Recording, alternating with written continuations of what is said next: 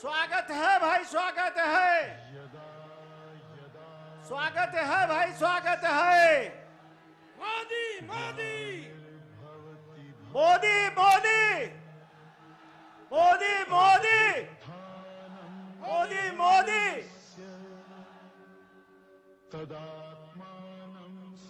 मोदी एक बार जोरदार तालियों से अपने विश्व के लोकप्रिय नेता यशस्वी प्रधानमंत्री जी का स्वागत खड़े होकर जोरदार तालियों से करेंगे। अपने माननीय प्रधानमंत्री जी का जोरदार स्वागत करेंगे। मोदी मोदी मोदी मोदी मोदी मोदी मोदी मोदी मोदी मोदी मोदी मोदी मोदी मोदी मोदी मोदी। जोरदार तालियों से, एक बार जोरदार तालियों से अपने विश्व के लोकप्रिय नेता माननीय नरेंद्र मोदी जी का स्वागत करेंगे। एक बार जोरदार तालियों से खड़े होके, तालियों की गड़गड़ाहट रुकनी नहीं चाहिए। एक बार जोरदार तालियों से भारत माता की, भारत माता की, भारत माता की। अब मैं सर्वप्रथम संयुक्त रूप से काशी क्षेत्र के क्षेत्रीय अध्यक्ष, वाराणसी जिले के जिला अध्यक्ष हंसराज विश्वकर्मा जी से आग्रह करूंगा कि अंग वस्त्र व स्मृति चिन्ह देके माननीय प्रधानमंत्री नरेंद्र मोदी जी का स्वागत करेंगे।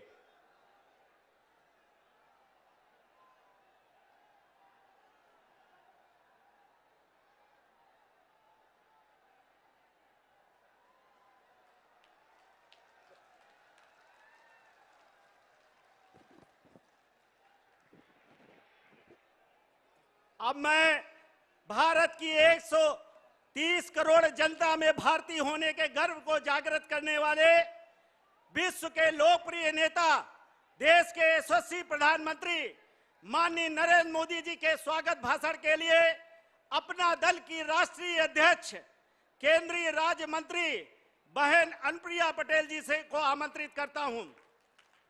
माननीय अनुप्रिया पटेल जी।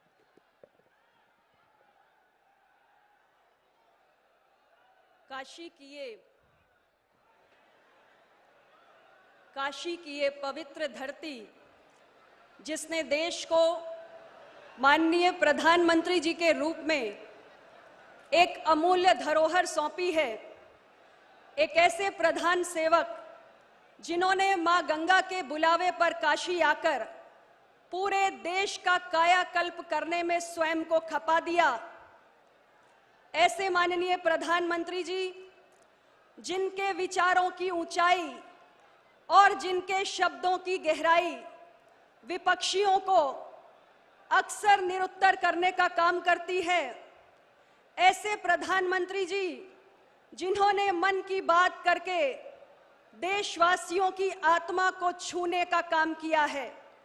दुनिया के सबसे बड़े कोरोना टीकाकरण अभियान के महानायक और देश के सर्वस्पर्शी संतुलित विकास को नए स्वरूप में परिभाषित करने वाले, अपनी अथक परिश्रम क्षमता से युवा पीढ़ी को चकित और प्रेरित करने वाले आत्मनिर्भर भारत के जनक, युग पुरुष, प्रेरणादायी एवं विराट व्यक्तित्व के स्वामी, हम सब के चहेते माननीय प्रधानमंत्री जी और इस काशी के सांसद परम आदरणीय श्री नरेंद्र मोदी जी का मैं आज आप सब की ओर से बहुत बहुत अभिनंदन, स्वागत, वंदन करती हूं। मंच पर विराजमान भारतीय जनता पार्टी के यशस्वी प्रदेश अध्यक्ष बड़े भाई श्री स्वतंत्र देव सिंह जी, उत्तर प्रदेश सरकार में मंत्री मेरे भाई अनिल राजभर जी, काशी क्षेत्र के अध्यक्ष भाई महेश श्रीवास्तव जी और सभी सम्माननीय विधायकगण, हमारे प्रत्याशीगण, हमारे जिला अध्यक्षगण और यहाँ पर उपस्थित ये इतना बड़ा जन सैलाब, वाराणसी की ये धरती मेरे लिए भी ईश्वर के किसी वरदान से कम नहीं है। मुझे वो वक्त याद है जब अपना दल के संस्थापक डॉक्टर सोनेलाल पटेल जी का दुखद निधन हुआ था और अपना दल, हमारी पार्टी संकट के दौर से गुजर रही थी। उस वक्त वाराणसी की जनता ने मुझे बहुत सारा अपनापन दिया, स्वीकारता दी, पहचान दी और आगे बढ़ने का साहस भी दिया। आज ये आप सबका शुभाशीष है। आपने जो मुझे पहचान दी है, उसके कारण आज मैं दुनिया के सबसे लोकप्रिय राजनेता माननीय प्रधानमंत्री जी के मंत्री परिषद की सदस्य के रूप में आपके बीच यहाँ पर खड़ी हूँ। मैं वाराणसी की जनता की आजीवन ऋणी रहूंगी। आज अगर डॉक्टर सोनेलाल पटेल जी के जाने के बाद हम अपना दल का विस्तार पूरे प्रदेश में कर पाए हैं, तो ये सब कुछ आपके वाराणसी की जनता के शुभ आशीष से ही संभव हुआ है। इसलिए मैं जीवन भर आपकी कर्जदार रहूंगी। मैं आप सबसे ये भी कहना चाहती हूं कि आपने इतने वर्षों तक जिन दलों के बारे में ये सोचा कि वो पिछड़ों के रहनुमा हैं, दलितों के रहनुमा हैं, कमजोरों के लिए, हक के लिए लड़ने वाले हैं, मैं आपसे कहना चाहती हूं कि अपनी बहुत बड़ी राजनीतिक ताकत जो उत्तर प्रदेश की जनता ने उन्हें कई कई बार सौंपी, उस ताकत के बावजूद भी पिछड़ों के, दलितों के, कमजोरों के हर सवाल पर वो खामोशी रहे। उन्होंने उन सवालों के साथ कभी न्याय नहीं किया, चाहे वो नीट की परीक्षा में एमबीबीएस और पीजी की एडमिशन्स में पिछड़ों के आरक्षण को लागू करने का विषय हो, चाहे वो पिछड़ा वर्ग मंत्रालय बनाने का विषय हो, चाहे न्यायपालिका में कमजोरों की भागीदारी का विषय हो, या नौकरियों में वंचित वर्गों के बैकलॉग को पूरा करने का विषय हो, या प्रतियोगी परीक्षाओं में पिछड़ों के जो कट ऑफ अंक की विसंगति है इसको दूर करने का विषय हो। किसी विषय के साथ उन्होंने न्याय नहीं किया, लेकिन पिछड़ों का अगर सच में ख्याल किसी ने किया है, उनकी चिंता किसी ने की है, तो देश के यशस्वी प्रधानमंत्री माननीय नरेंद्र मोदी जी ने की है। अगर गरीब कल्याण की चिंता किसी ने की है तो माननीय प्रधानमंत्री जी ने की है। अगर उत्तर प्रदेश के विकास की और देश के विकास की चिंता किसी ने की है तो माननीय प्रधानमंत्री जी ने की है। और इसलिए मैं आप सबसे आज आग्रह करना चाहती हूं कि उत्तर प्रदेश का ये चुनावी संग्राम अपने अंतिम दौर पे पहुंच चुका है और चुनावी चक्रव्यूह का अब अंतिम द्वार भेदना बाकी है। आप सबने 6 चरण में ईवीएम का बटन दबाकर एनडीए गठबंधन के प्रत्याशियों के पक्ष में अपने विश्वास की मोहर लगा दी है और पहले चरण से एनडीए के पक्ष में जो बयार बहनी शुरू हुई है, आज यहाँ 7वें चरण तक आते आते ये काशी की धरती है, माननीय प्रधानमंत्री जी का संसदीय क्षेत्र है, यह तूफान का रूप धारण कर चुके हैं। इसलिए मैं आप सबसे ज्यादा लंबी बात ना कहते हुए सिर्फ इतना आग्रह करना चाहती हूं कि 7 तारीख को हमारे एनडीए गठबंधन के प्रत्याशी, हमारे भारतीय जनता पार्टी के प्रत्याशियों के चुनाव निशान कमल के सामने का बटन दबाकर अपना दल के हमारे प्रत्याशियों के चुनाव निशान कप प्लेट के सामने का बटन दबाकर आप सब इस एनडीए गठबंधन के माथे पर विजय श्री का तिलक लगाने का काम करेंगे। इसी अनुरोध के साथ मैं आप सभी को बहुत बहुत धन्यवाद देना चाहती हूं, साधुवाद व्यक्त करते हुए अपनी बात को समाप्त करती हूं। नमो बुद्धाय, जय भाजपा, जय अपना दल, जय हिंद। बहुत बहुत धन्यवाद। एक बार जोर से बोलेंगे भारत माता की। अब मैं दलित, शोषित, किसान, मजदूर, नौजवानों, माताओं, बहनों को सम्मानित कर गले लगाने वाले देश के प्रधानमंत्री माननीय नरेंद्र मोदी जी से आग्रह करता हूं कि हम सब काशी वासियों का आशीर्वाद दें।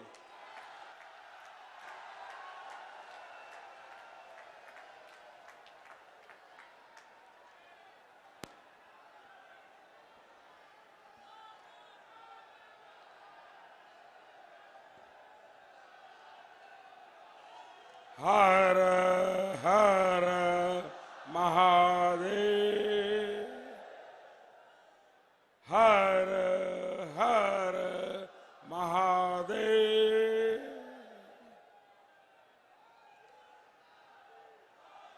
सेवापुरी, रोहनिया,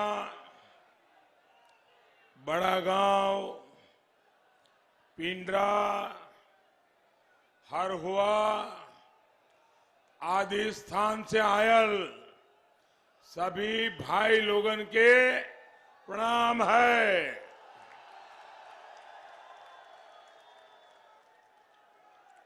हमें याद हो कि 14 के चुनाव के पहले यही खजूरी से विजय का डंका पूरे देश में आप लोग बजा रहे।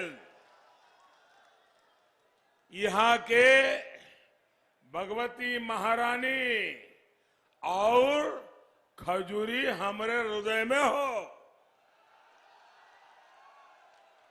आप सब लोगन का हम हृदय से अभिनंदन करते हैं। भाइयों और बहनों, इस चुनाव में मेरी ये आखिरी सभा है। उत्तर प्रदेश ने दशकों से शायद ऐसा चुनाव नहीं देखा होगा। ऐसा चुनाव जब कोई सरकार अपने काम पर,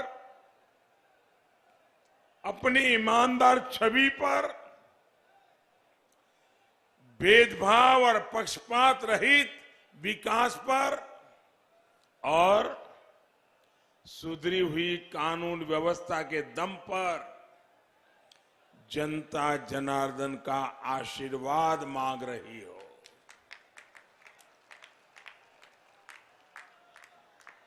मुझे एक इंटरव्यू में मीडिया ने पूछा था, तब मैंने कहा था ये चुनाव प्रो इनकम्बेंसी चुनाव है और सबसे बड़ी बात, जनता भी खुद ही बाहर निकलकर इस सरकार की वापसी का झंडा बुलंद कर रही है। कोरोना से लेकर काशी तक, बांदा से लेकर बहराइच तक डबल इंजन की सरकार की ही हुंकार एक एक नागरिक कर रहा है। पूरा यूपी बिना बटे एकजुट होकर कह रहा है, आएगी तो भाजपा ही, आएंगे तो योगी ही। यूपी के लोग यूपी को गुंडागर्दी, मनचले, माफिया, भ्रष्टाचार, भाई भतीजावाद, अवैध कब्जे देने वाली गौर परिवारवादियों को पूरी तरह नकार चुके हैं। साथियों, आप मुझे बताइए, जो सिर्फ और सिर्फ अपना परिवार का भला करे, क्या ऐसे लोगों का आप साथ देंगे क्या? जो गौर परिवारवादी है, इनका साथ दोगे क्या?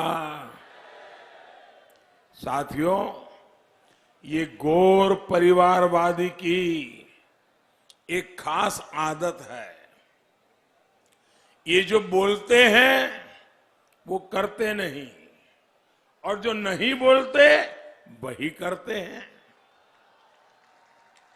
अब मुझे बताइए, ये गौर परिवारवादियों ने कभी अपने घोषणा पत्र में लिखा था कि वो दंगे करवाएंगे, लिखा था। लेकिन किया क्या?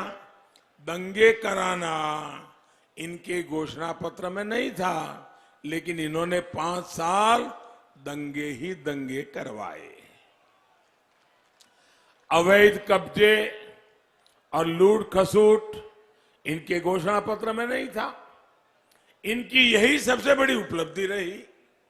स्कूलों, थानों, दफ्तरों में भाई भतीजावाद, कर्मचारियों का शोषण, ये उनके घोषणा पत्र में नहीं था। लेकिन इस पर इन्होंने मन से पूरी ताकत से काम किया। आज एक तरफ डबल इंजन का डबल बेनिफिट है, जिसका लाभ यूपी का हर नागरिक उठा रहा है। दूसरी तरफ घोर परिवारवादियों की कोरी घोषणाएं हैं जो कभी पूरी ही नहीं हो सकती। जान ली, बनारस में सब गुरु, केहू नहीं चेला। यहां तो झूठ भरे बिल्कुल नहीं चलता। इसलिए लोग कह रहे हैं जो आज यूपी की सेवा कर रहे हैं वही अपना काम जारी रखेंगे।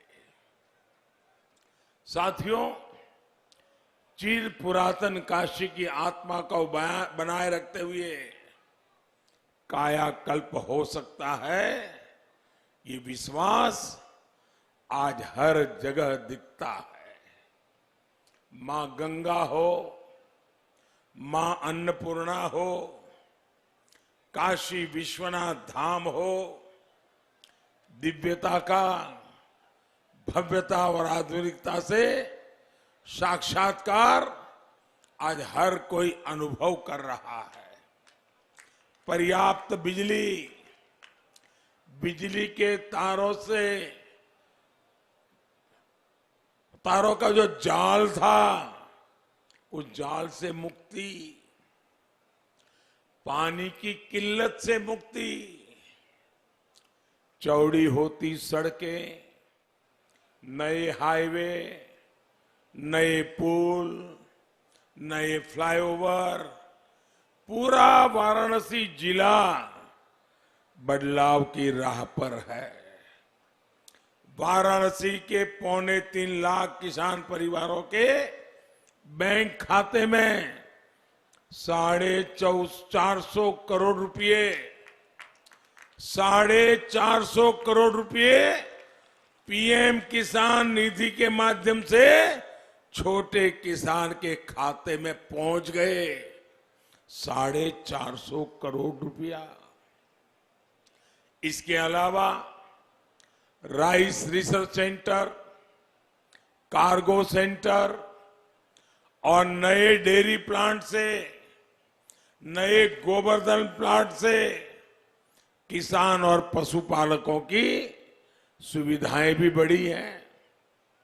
किसान की लागत कम हो, मुनाफा अधिक हो, धरती मां और मां गंगा दोनों केमिकल से मुक्त हो, ऐसी प्राकृतिक खेती गंगा किनारे हो।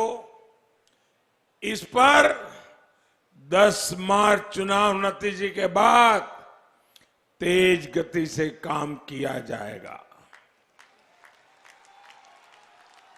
आधुनिक हस्तकला संकुल, बिना गारंटी के ऋण, आधुनिक मशीनें, ये बुनकरों, हस्तशिल्पियों को नई उम्मीद दे रहे हैं।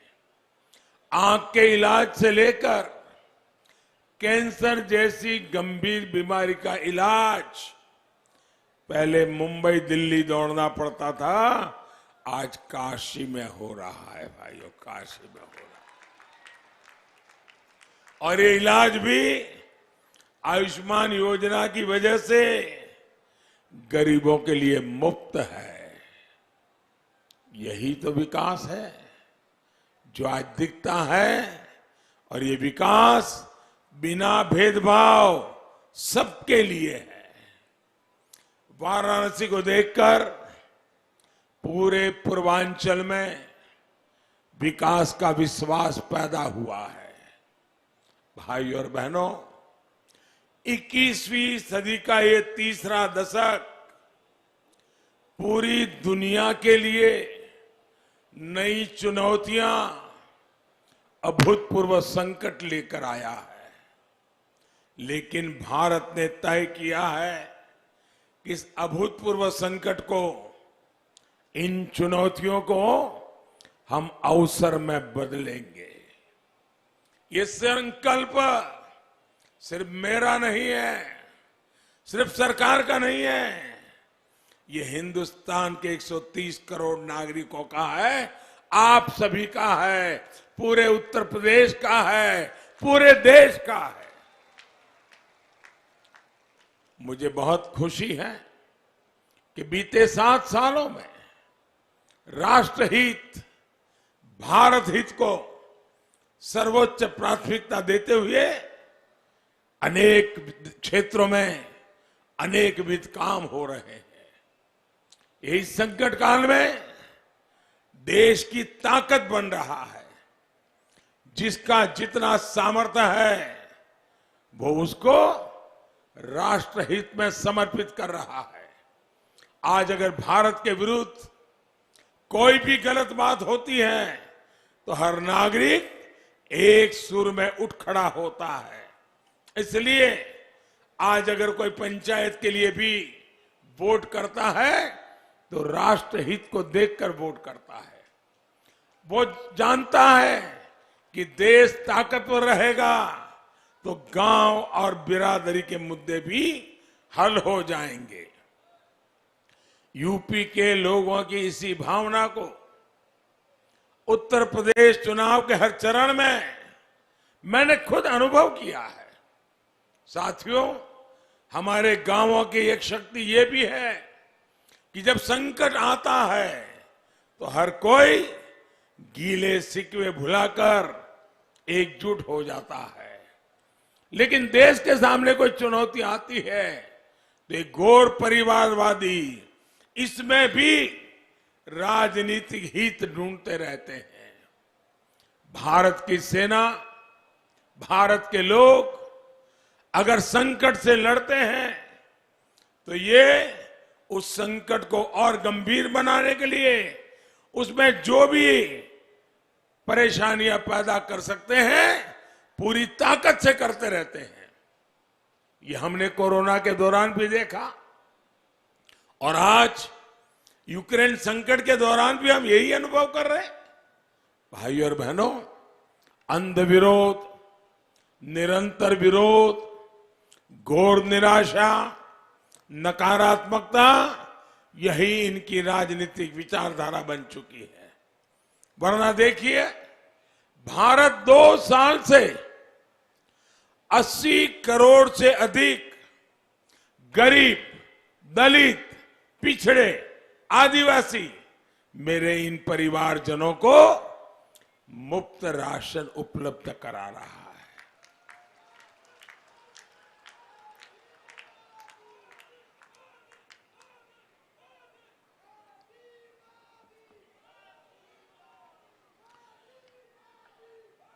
पूरी दुनिया हैरान है, इतना बड़ा काम।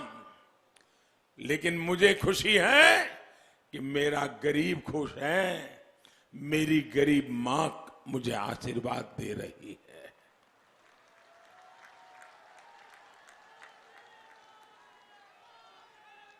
इतना बड़ा कोरोना काल, अर्थव्यवस्था चरमरा जाना, दुनिया भर में संकट,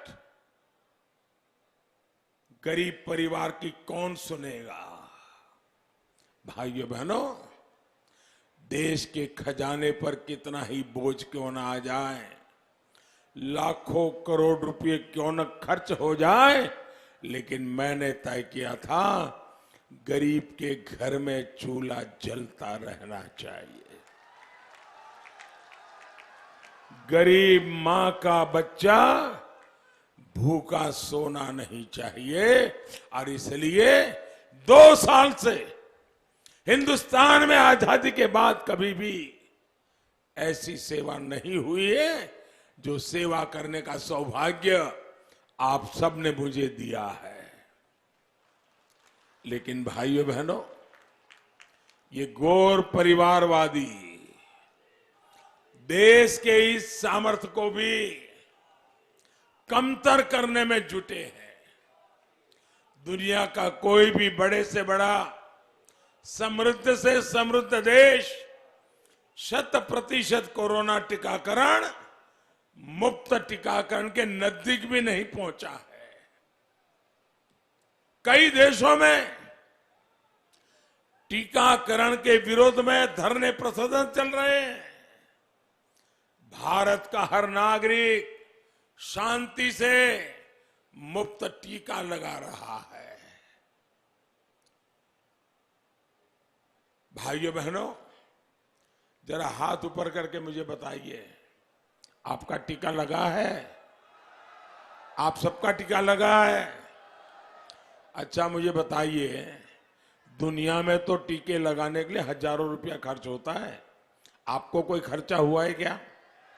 टीका लगाने का कोई खर्चा हुआ है क्या? आपको एक पैसा भी देना पड़ा है क्या? आपके जेब से 1 रुपया निकालना पड़ा है क्या? भाइयों बहनों, 130 करोड़ से अधिक भारतीयों के गौरव काल के लिए भी ये लोग गौर परिवारवादी राजनीति के रंग में रंगे लोग राष्ट्र नीति को न कभी समझ पाए हैं, न पचा पाए हैं।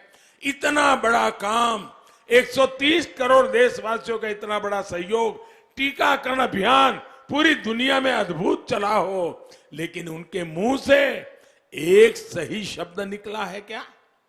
एक अच्छी बात निकली है क्या? अरे इसमें भाजपा कहां थी? ये तो सीधा सीधा गरीब के बच्चों को बचाने का काम था। क्या उसमें भी तुम्हें तकलीफ हो रही थी? भाइयों बहनों, इन गौर परिवारवादियों की सोच यही है कि जो देश के लिए अच्छा हो उसे वो पसंद ही नहीं करते। साथियों, हमने स्वच्छ भारत मिशन शुरू किया, 10 करोड़ से ज्यादा शौचालय बनाए। इससे फायदा गांव की गरीब, दलित, पिछड़े परिवार की बहनों को सबसे अधिक हुआ। अब मुझे बताइए, और मैं तो उत्तर प्रदेश की माताओं का आभार मानूंगा, क्योंकि उत्तर प्रदेश की मां बहनों ने मुझे कहा कि शौचालय नहीं, ये तो इज्जत घर है, इज्जत घर। ये महलों में रहने वालों को पता नहीं है दोस्तों, अगर घर में शौचालय नहीं है तो एक गरीब मां को कितनी तकलीफ उठाती है, उनको पता नहीं है। एक तरफ समाज और इज्जत की मर्यादाओं में जीने का संस्कार, और दूसरी तरफ मुसीबत। हमारे गांवों में, शहरों में भी हमारी गरीब माताओं बहनों को अगर शौचालय जाना है, शौच के लिए जाना है, तो सूरज उगने से पहले जल्दी जाने के लिए सोचती है, या तो दिन भर पीड़ा झेलती है, और जब तक शाम को सूरज ढलता नहीं वो शौच के लिए ही जाती है। आप कल्पना कर सकते हो उस मां को पीड़ा कितनी होती होगी, उस मां को तकलीफ कितनी होती होगी। क्या इस मां की तकलीफ दूर करनी चाहिए कि नहीं करनी चाहिए? ऐसी मां की तकलीफ दूर करनी चाहिए कि नहीं करनी चाहिए? कौन करेगा? कौन करेगा? कौन करेगा? कौन करेगा? और इसलिए भाइयों बहनों, आज गरीब के घर में भी शौचालय बनाने का काम हमने पूरे देश भर में चलाया। अब स्वच्छता बढ़ती है तो फायदा किसको होता है भाई? सबसे स्वच्छता बढ़ती है तो गांव में बीमारियां कम होती हैं, बीमारियां कम होती है तो गरीब का बच्चा बीमार होने से बचता है, गरीब का पैसा बचता है। पूरी दुनिया ने स्वच्छता अभियान के लिए भारत की तारीफ की, लेकिन आपने कभी भी इन गौर परिवारवादियों से एक बार भी सुना है कि हां स्वच्छता करनी चाहिए? सुना है क्या? सुना है क्या? अब मुझे बताइए, वो स्वच्छता की बात बता देते हैं तो उनकी राजनीति में क्या खोट पड़ जाती? जो समाज के लिए अच्छा है वो उनको मंजूर नहीं है। मोदी आज आत्मनिर्भर भारत, वोकल फॉर लोकल, यानी भारत में बने सामान को अपनाने की बात कर रहा है, जिसे बनाने में मेरे देश के लोगों का पसीना लगा हो, उसी को मैं अपने सर माथे पर लगाता हूं। अगर ये बात करता हूं तो भी वो उसका मखौल उड़ाते, मजाक उड़ाते हैं। आप मुझे बताइए भाइयों, बनारसी साड़ियां, उसका मैं गुणगान करूं कि न करूं? उसका गुणगान करूं कि न करूं? हिंदुस्तान के हर कोने में बनारसी साड़ी बिक जाए तो बनारस के साड़ी बनाने वालों को फायदा होगा कि नहीं होगा? मेरा बनारसी लंगड़ा आम, मैं जहां जाऊं मैं बनारसी लंगड़ा आम के गीत गाऊं तो भैया हमारा बनारसी लंगड़ा आम हिंदुस्तान में बिकेगा कि नहीं बिकेगा? मेरे किसान को फायदा होगा कि नहीं होगा? अब बनारसी खिलौने, हमारे गरीब परिवार खिलौने बनाते हैं। अगर मैं चारों तरफ कहूं कि मेरे देश में बने खिलौने खरीदने चाहिए, मेरे बच्चों के हाथ में मेरे देश में बने हुए खिलौने होने चाहिए, तो फायदा किसको होगा? खिलौना बनवाने वाले गरीब लोगों को, मेरे बनारस के लोगों को, मेरे किसानों को, मेरे बुनकरों को, हस्तशिल्पियों को, विश्वकर्मा साथियों को, और इससे उनका आय बढ़ेगा। तो ये अच्छा काम है कि नहीं भैया? मुझे बताइए, काम अच्छा है कि नहीं है? ये हर किसी को करना चाहिए कि नहीं करना चाहिए? इसमें कोई राजनीति है क्या? इसमें भी उनको तकलीफ है। एक बार भी ये जो हमारे विरोधी लोग हैं, एक बार भी उनसे सुना कि भाई अपने देश में बनी हुई चीजें खरीदो, अपने देश में बनी हुई चीजों का उपयोग करो, हमारे देश की चीजों को बढ़ावा दो? एक बार भी सुना क्या? अगर ये आपके मित्र होते, ये आपका भला चाहते, तो आप जो चीजें पैदा करते उसको बेचने के लिए बोलते कि नहीं बोलते? बोलते कि नहीं बोलते? लेकिन उनके मुंह पे ताला लग गया है। भाइयों बहनों, उनको तो यही लग रहा है कि जो काम मोदी करे, बस गौर परिवारवादी वोकल फॉर लोकल से भी चिढ़ते हैं। पूरी दुनिया में आज योग और आयुष की धूम मची है, लेकिन ये घोर परिवारवादी योग का नाम लेने से भी बचते हैं, क्योंकि उनको लगता है अगर योग की बात करेंगे, हिंदुस्तान के लोगों की तबीयत ठीक होगी, उनका शरीर फिटनेस अच्छी होगी, तो ये तो मोदी का गीत गाएंगे, मोदी का गौरव गान करेंगे, इसलिए योग का भी विरोध। साथियों, कांग्रेस ने इससे भी आगे खादी, जो कांग्रेस की एक जमाने में पहचान हुआ करती थी, खादी का कुर्ता पहना मतलब लोग उसको नेताजी मानकर उसके घर में चक्कर काटते थे। खादी से जितना राजनीतिक फायदा उठाना चाहिए उन्होंने उठाया, लेकिन भाइयों बहनों, जो लोग खादी को भूल गए, खादी को छोड़ दिया, जो खादी गरीब माताओं बहनों को रोजी देती है, जो खादी गांव के अंदर रोजगार देती है, लेकिन मोदी ने उस खादी को अंतर्राष्ट्रीय ब्रांड बनाने का काम किया, तो उनको खादी बोलने में ही दिक्कत हो रही है। मैं अगर सिर्फ अपने इस बनारस मंडल की बात करूं ना, सिर्फ यहां की, आपको आनंद होगा भाइयों काम कैसे होता है। हमारे इस बनारस मंडल की बात करूं तो यहां 5 साल पहले, मैं सिर्फ यहीं की बात कर रहा हूं, 5 साल पहले करीब करीब 90 करोड़ रुपए की खादी की बिक्री होती थी एक साल में, 90 करोड़ की। आज 170 करोड़ रुपए से ज्यादा ये खादी हमारे इस मंडल में बनती है, बिकती है। अब गरीब को रोजगार मिला कि नहीं मिला भाई? गरीब के घर में पैसा गया कि नहीं गया? पूरे देश में ही खादी से जुड़े लोगों की आय बढ़ी है, लेकिन इन गौर परिवारवादियों ने इससे भी अपना मुंह फेर लिया है। भाइयों और बहनों, इस साल देश ने आजादी के 75 वर्ष पूरे किए हैं।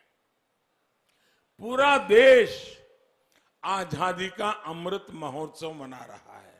मुझे बताइए भाई, आपके परिवार में आपके माताजी का जन्मदिन हो, पिताजी का जन्मदिन हो, या बहू का जन्मदिन हो, या बेटे बेटी का जन्मदिन हो, तो घर के सब लोग उस जन्मदिन को खुशी मनाते कि नहीं मनाते हैं? मनाते कि नहीं मनाते हैं? मनाते कि नहीं मनाते हैं? वो पूरे परिवार का उत्सव बन जाता है कि नहीं बन जाता है? अब भारत की आजादी, हमारे आजादी के सेनानियों ने इतना बड़ा त्याग, तपस्या की, बलिदान दिए, उस आजादी को 75 साल हुए। ये सब हिंदुस्तानी को गौरव होना चाहिए कि नहीं होना चाहिए? आजादी के अमृत महोत्सव का गर्व होना चाहिए कि नहीं होना चाहिए? आप हैरान हो जाएंगे, इनका दिल में मोदी के प्रति इतना विरोध भरा पड़ा है कि उनके मुंह से ये आजादी के अमृत महोत्सव का आनंद और भागीदारी करने से भी कतराते हैं। भाइयों बहनों, ये न देश का भला कर सकते हैं, न आपका भला कर सकते हैं। जिनकी सोच इतनी संकीर्ण हो, जिनकी राजनीति इतनी स्वार्थी हो, जो सिर्फ अपनी तिजोरी भरने के लिए जीते हैं, वो गरीब, दलित, पिछड़े परिवारों के हित के बारे में सोच ही नहीं सकते। इसलिए 6 चरणों में इनको यूपी की जनता ने नकारा, और अब 7वें चरण में आपको इनका हिसाब पूरा करना है। सबका साथ, सबका विकास भाजपा के लिए सिर्फ एक नारा भर नहीं है, ये हमारा कमिटमेंट है, ये हमारी प्रतिबद्धता है। इससे सरकार के लाभ हर लाभार्थी तक बिना पक्षपात, बिना भेदभाव पहुंचाने की प्रामाणिकता तो है ही। इसमें हर क्षेत्र, हर वर्ग, हर बिरादरी को उचित राजनीतिक प्रतिनिधित्व देने का संकल्प भी है। सबका प्रयास से राष्ट्र विकास की ये भावना पार्टी और सरकार दोनों में दिखती है। पंचायत से लेकर पार्लियामेंट तक, पार्टी से लेकर मंत्रिमंडल तक, महिलाओं, दलितों, पिछड़े, आदिवासी समाज की भागीदारी आज अभूतपूर्व स्तर है। 10 मार्च के बाद ये भागीदारी और सशक्त होगी, ये मैं आपको वादा करने आया हूं। गरीब को पक्के घर देने का अभियान और तेज होगा। 10 मार्च के बाद गरीब को गैस कनेक्शन का अभियान और तेज होगा। 10 मार्च के बाद रोजगार देने का अभियान, सरकार में नौकरी देने का अभियान और तेज होगा। 10 मार्च के बाद नई सड़कों का, नए हाईवे एक्सप्रेसवे का, नए रेल रूट का काम और तेज किया जाएगा।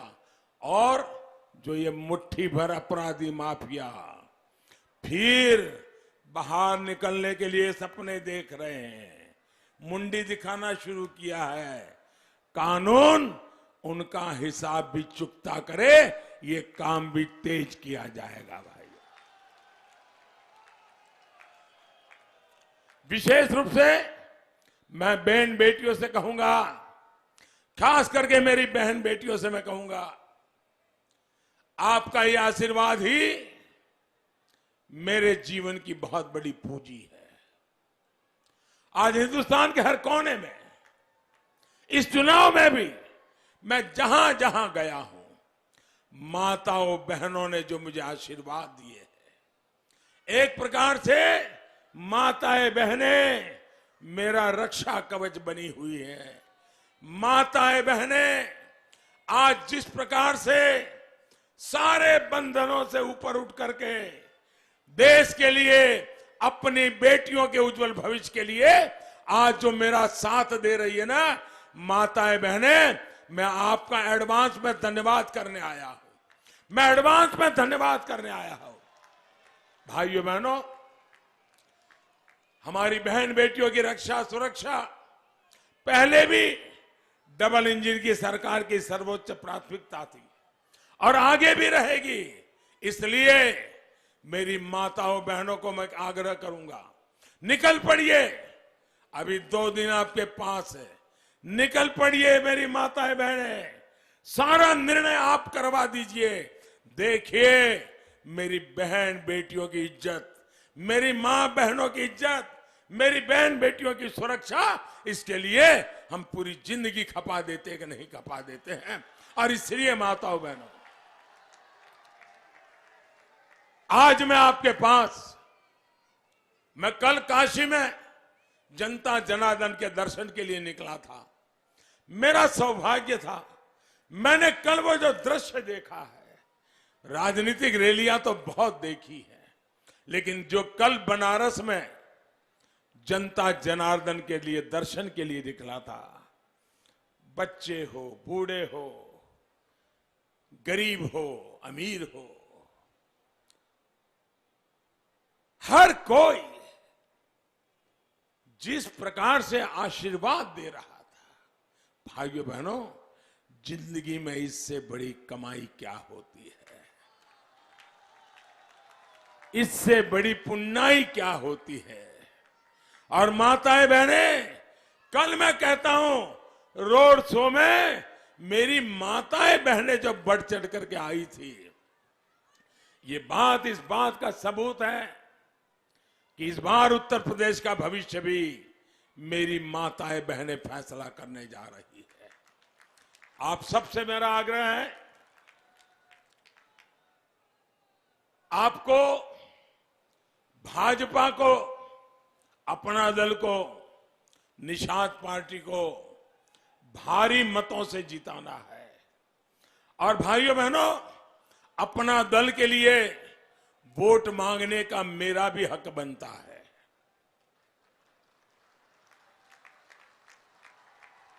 अनुप्रिया जी को तो मैं बाद में मिला, उनका परिचय तो मेरा बाद में हुआ।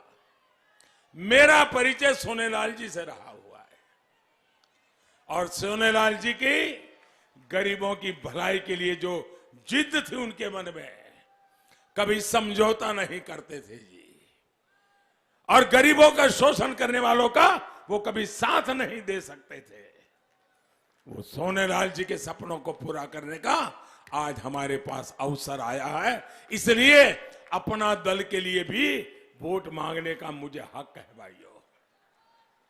निषाद पार्टी, अगर हमारे निषाद समाज के लोग, उनके जीवन में बदलाव आएगा, वो जीवन में आगे बढ़ेंगे तो गरीबी अपने आप जाना शुरू हो जाएगी। मेरे छोटे किसान, उनकी जिंदगी बदलेगी तो मेरे गांव की जीवन बदल जाएगा, ये मेरा पक्का विश्वास है। इसलिए मैं कहने आया हूं, भाजपा का कमल हो, अपना दल का कप प्लेट हो, या निषाद पार्टी की भोजन भरी थाली हो, मैं आपसे यही कहने आया हूं, पहले मतदान फिर दूसरा काम।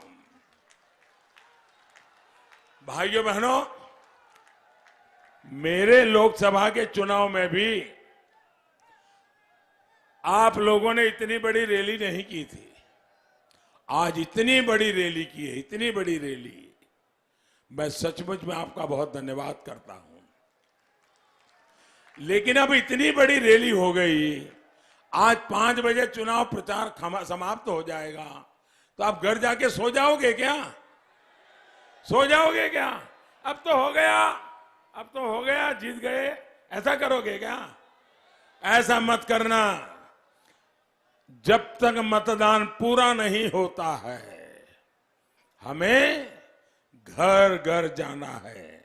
जाएंगे, घर घर जाएंगे, जरा दोनों हाथ ऊपर करके बताइए, घर घर जाएंगे? सब लोग जाएंगे?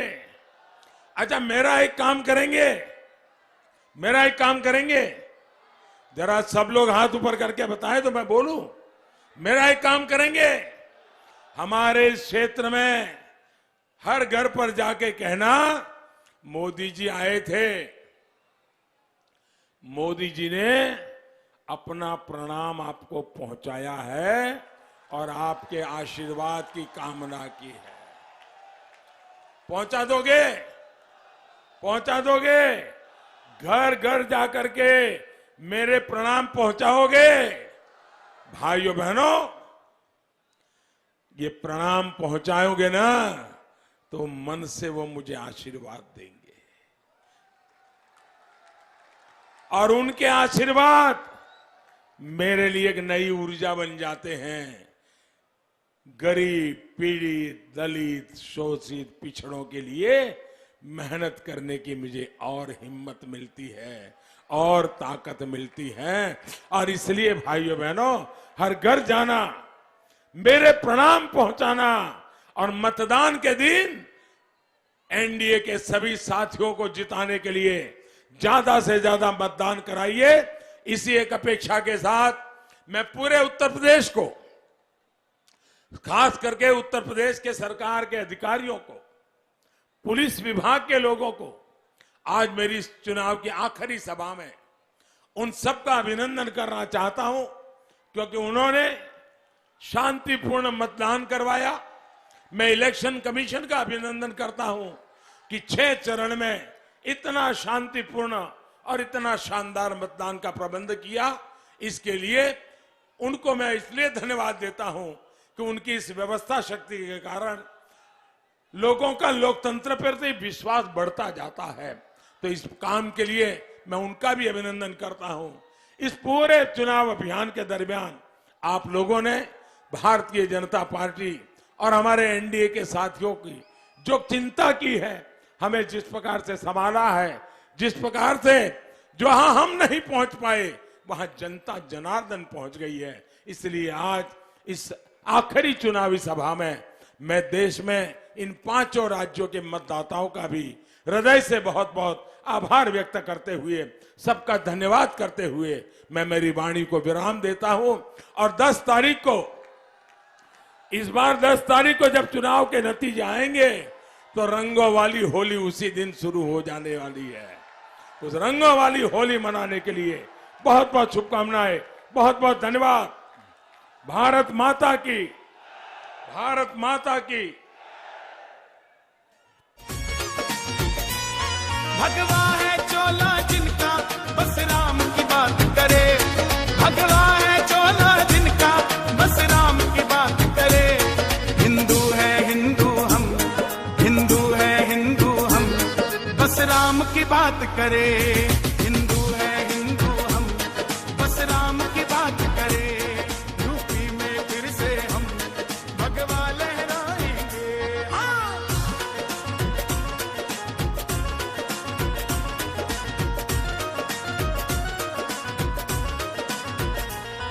ऊपर से नहीं है राम, अंदर से राम के हैं। ऊपर से नहीं है राम, अंदर से राम के हैं। बस इसीलिए योगी, बस इसीलिए योगी बंदे कमाल के हैं। इसीलिए योगी बंदे कमाल के हैं। यूपी में फिर से हम भगवा लहराएंगे।